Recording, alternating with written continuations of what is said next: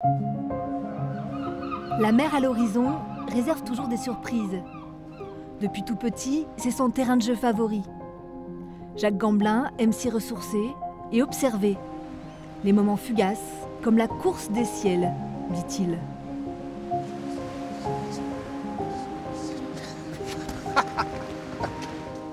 Ici, on invente la météo, le grain, la dépression, le ciel de traîne arrivent en premier. On goûte les plats d'abord avant de les servir à l'autre bout de la France. Le temps qu'il fait aujourd'hui chez moi et le temps qu'il fera demain ailleurs. L'occidental du Cotentin a les doigts crochus, mais il est généreux. Il distribue la météo à ceux qui n'en ont pas. Dans son récit, la mer à l'horizon s'appelle en fait Jacqueline. Le sourire contagieux de sa maman illumine la quincaillerie rue Couret, qui appartient à sa famille depuis la fin du 19e siècle. Quelle forme les assiettes pour la liste de mariage? Ronde, carrée, ovale? La lotte au beurre blanc n'a pas le même goût dans une assiette Chambord ou une assiette Pavot. Tu inventes le système du troisième choix. Tu deviens psychologue des arts de la table. Jacques Gamblin raconte ses plaisirs d'enfance, l'art de se déguiser pour carnaval, la découverte par hasard d'un atelier d'expression corporelle à 17 ans qui va tout changer.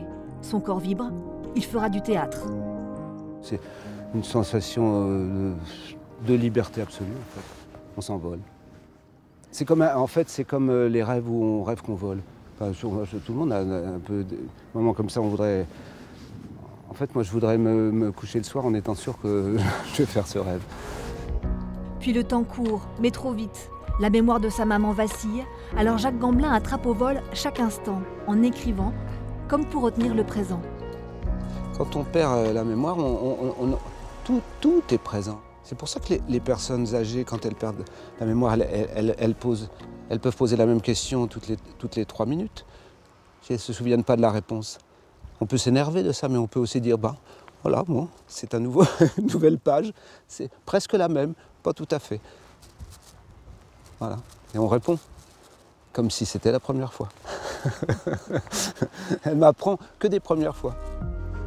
Jacques Gamblin écrit comme il vit, avec élégance et une tendresse infinie, faisant de ce récit intime un véritable poème pour toutes les mères.